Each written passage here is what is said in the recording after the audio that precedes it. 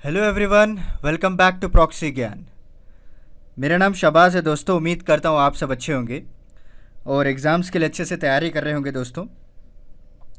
आज का जो हमारा टॉपिक है, रिसेंटली आपने आज ही के न्यूज़पेपर में आर्टिकल आया था कि जितने भी फॉरेन कार्ड फर्म्स हैं, जैसे कि मास्टर कार्ड हो गया और जो अमेरिकन एक्सप्रेस है, डाइनर क्लब है, आपने कई सारे क्रेडिट कार्ड और डेबिट कार्ड देखे होंगे। इवन इनफैक्ट हर कोई के पास जब कोई आप बैंक अकाउंट खोलते हैं तो आपको एक कार्ड दिया जाता है, एटीएम कार्ड हम जिसे बोलते हैं, डेबिट कार्ड। तो उस पर लिखा होता है नीचे, अगर कॉर्नर में अगर आप देखेंगे तो वीज़ा या फिर मास्टर कार्ड या फिर अमेरिकन एक्सप्रेस, इस तरह से लिखे होते हैं अगर आप थोड़े बड़े बैंक्स में अगर खोलते हैं तो उस पर जो है रेस्ट्रिक्शंस लगाया गया है आरबीआई के द्वारा। ये रेस्ट्रिक्शंस है स्टोरेज ऑफ डेटा को लेकर है।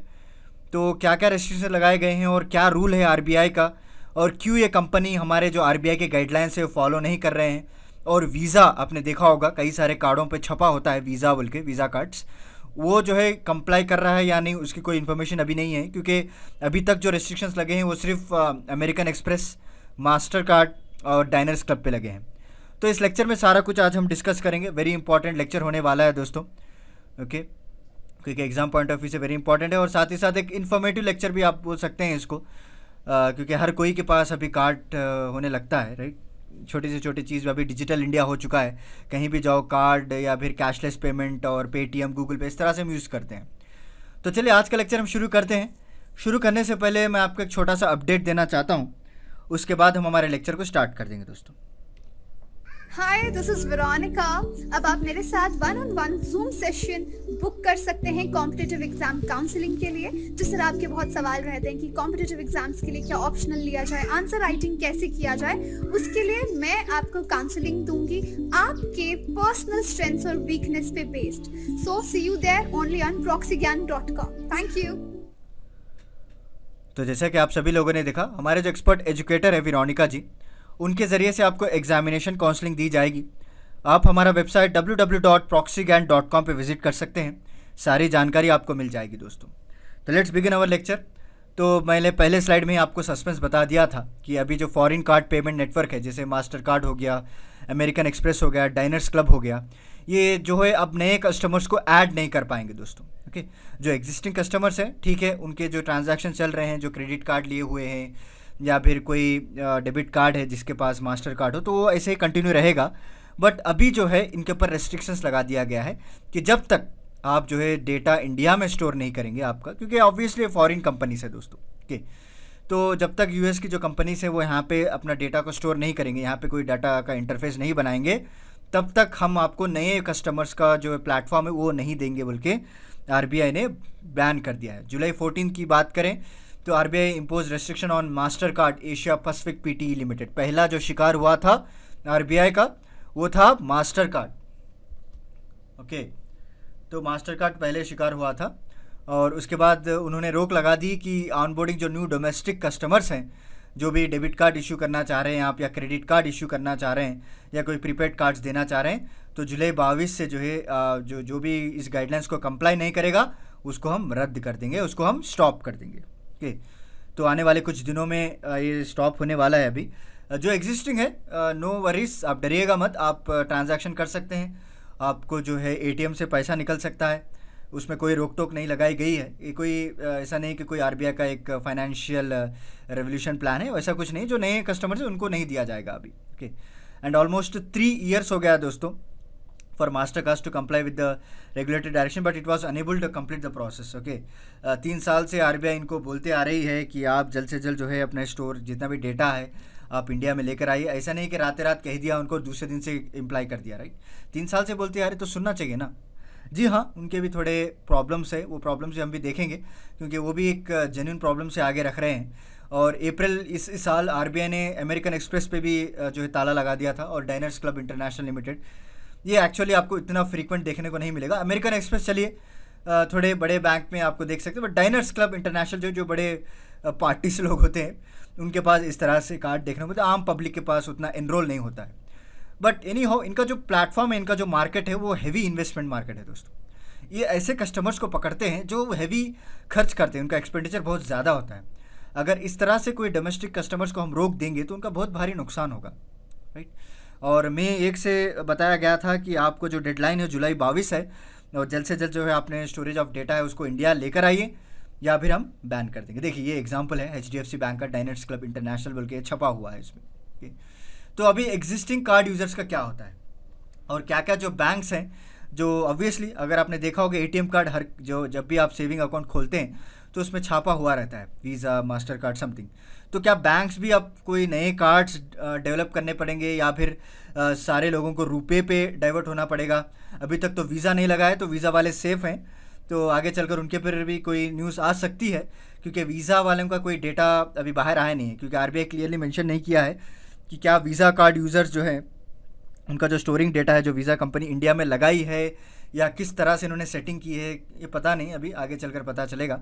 But will existing card users and bank be affected, ये बड़ा सबसे क्वेश्चन है।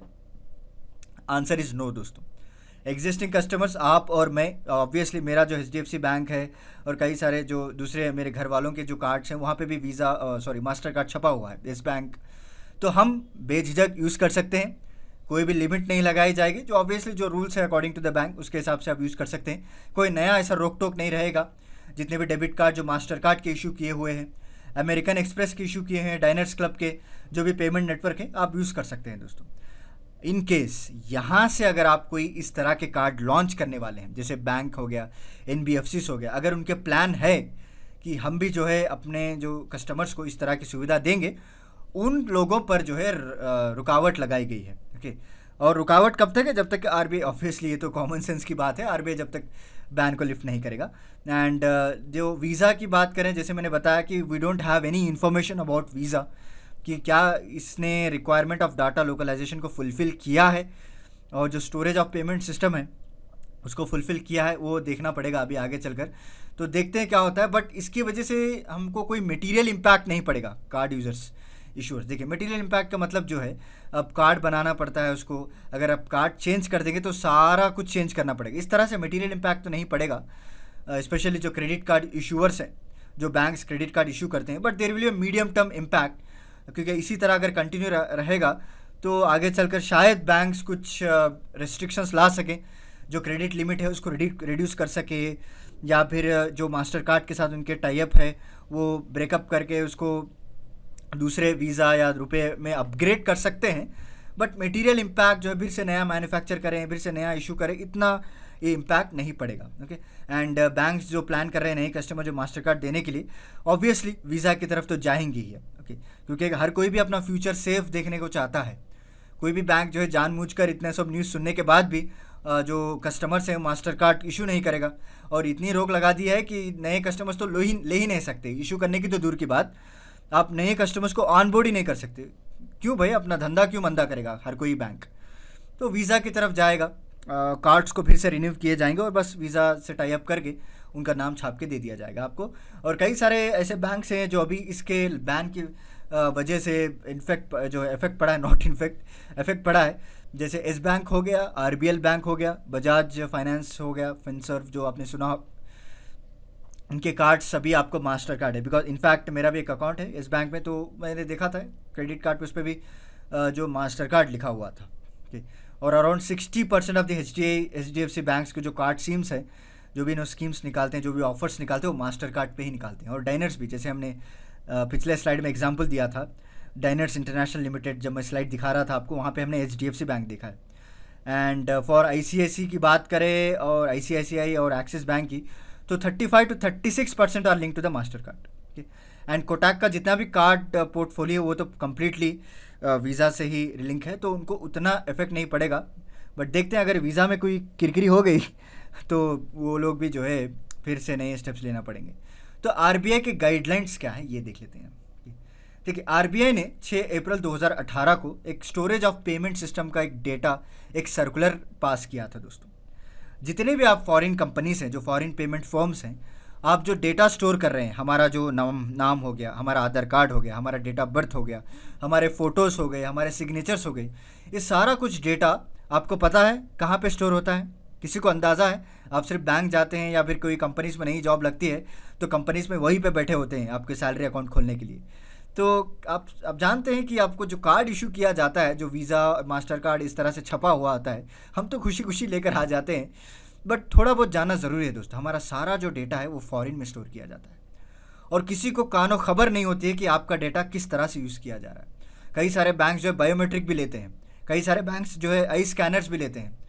क्या आपका बायोमेट्रिक डेटा सेफ़ है? क्या आपका आधार कार्ड नंबर सेफ़ है? आपका पान कार्ड सेफ़ है? ये तो सारे डॉक्यूमेंट्स आपको देने पड़ेंगे ना। क्या आपके जो ट्रांजैक्शन डिटेल्स हैं, जो इन्फॉर्मेशन है, जो प्रोसेसिंग है, या फिर दोनों भी दो के आप सपोज़ आपके और आपके फ्रेंड के बीच में जो ट्रांजैक्शन चलते हैं, ये सारे सेफ़ हैं? जी बिल्कुल नहीं, क्योंकि उस पर कोई कंट्रोल नहीं है हमारे इंडिया का। हमारे आरबीआई का जो बैंक है उसका कोई कंट्रोल ही नहीं है। तो इसीलिए आरबीआई जो है एक गाइडलाइन लेकर आया है ताकि फॉरेन फर्म जो है वो अपना डेटा हमारे इंडिया में स्टोर करें, ताकि अगर कुछ फ्रॉड होता है हमारे साथ, अगर कोई ऊंच नीच हो जाता है, अगर कोई स्कैम हो जाता है, तो आरबीआई उसको रेगुलेट करके पकड़ सकती है। ठीक? और उन्होंने ये भी कहा है कि जो भी फॉरेन पेमेंट फर्म है वो एक board approved system audit report को सबमिट करेगी। उसको प्रॉपर ऑडिट किया जाएगा सीईआरटी के द्वारा, ओके, और टाइम टू टाइम इसको अपडेट किया जाएगा दोस्तों। ओके, बट एनी हो, ऑब्वियसली कोई किसी को नुकसान हो और वो काम करे, हरगिज़ नहीं कर सकता कोई भी। तो इनको भी नुकसान हो रहा था कि पेमेंट जो फॉरेन पेमेंट नेटवर्क्स थे, जो क्रेडिट कार्ड फर्म जितने भी थे, बिकॉज उनको बहुत सारा कॉस्ट होता था, क्योंकि ऑब्वियसली उनका जो हेडक्वार्टर है फॉरेन में है। जब कोई हेडक्वार्टर बनाता है तो कोई लाखों करोड़ों खर्चा करके वहाँ पे एक डेटाबेस को इस्टेब्लिश करता है। सडन सी जो है आपने कह दिया कि आपका जो सारा डेटाबेस है हमारे इंडिया का वो यहाँ पे स्टोर किया जाए इंडिया में, तो उनको कॉस्ट दिखा और सिक्योरिटी रिस्क दिखा, लैक ऑफ क्लैरिटी दिखी उनको, और टाइमलाइन जो है प्रॉपर नहीं दिया गया था उनको, राइट। और जो अगर इस तरह से अगर कोई फर्म सुन लेता है इंडिया की बात, तो कई सारे ऐसे कंट्रीज उठ बैठेंगे कि हमारे कंट्रीज़ में हमारे लोगों का डाटा स्टोर करें। यूके, यूरोप, जापान, चाइना, सब कुछ उठने लगेंगे। तो इसीलिए ये जो फर्म्स है वो कंप्लाई नहीं हुए हैं। तो फाइनली आरबीआई एक सख्त कदम उठाई है आज, और उनको बैन कर दिया गया है कि जो मास्टर कार्ड, जो अमेरिकन एक्सप्रेस और डाइनर्स क्लब, जब तक आप हमारे डिटेल्स को, जो हमारे जो गाइडलाइंस है उसको फॉलो नहीं करेंगे, तब तक आप नए कस्टमर्स को नहीं ले सकते। ओके, और ये जो कॉस्ट की बात करें तो कई मिलियंस ऑफ डॉलर को कॉस्ट होता है इनको जब एक डाटा ट्रांसफ़र होता है।